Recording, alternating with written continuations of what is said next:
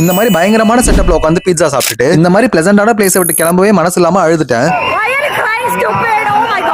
என்னோட நேத்து வீடியோ பார்த்தவங்களுக்கு தெரிஞ்சிருக்கும். என் ஒய்ஃப் என்னோட பர்த்டேக்காக இந்த செட்டப் பண்ணிருந்தாங்க. சோ இங்க தான் எனக்கு டின்னர் சாப்பிட போறோம். எனக்கு பீட்சாவும் உங்களுக்கு பாஸ்தாவும் ஆர்டர் பண்ணிருந்தாங்க. என்னோட பீட்சா விட அவங்க பாஸ்தா பயங்கரமா இருந்தது. இப்போ என்னோட birthday celebration. Happy birthday to you.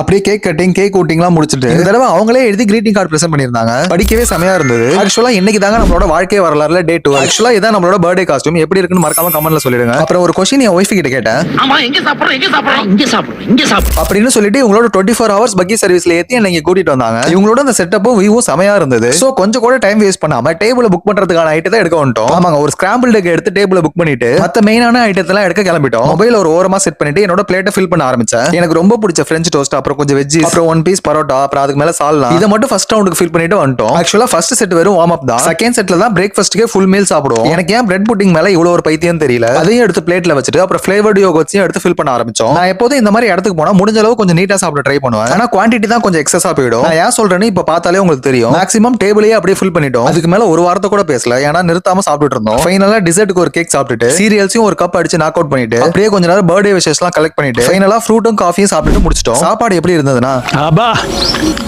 Super. அப்படியே குட்டியா ஒரு வாக்கிங் பண்ணி அங்க உள்ள பிளேஸ் எல்லாம் பார்த்துட்டு அப்படியே ரூம் போயிட்டோம். 2:00 செக் அவுட் பண்ணோம். சோ அந்த இடத்துல நின்று கொஞ்ச நேரம் அப்படியே பார்த்துட்டு அப்படியே மீனுக்கும் சாப்பாடுலாம் போட்டுட்டு ஃபைனலா ஒரு தடவை அந்த பிளேஸை ஃபுல்லா சுத்தி பார்த்துட்டு போகவே மனசு இல்லாம அரை மனசோட கிளம்பி போனேன். வழக்கம் போல பக்கில பிக்கப் பண்ணி நம்மள கார் பார்க்கிங்ல டிராப் பண்ணிட்டாங்க. சோ நாங்களும் கார் எடுத்துட்டு கிளம்பிட்டோம். டே 13ல சந்திப்போம்.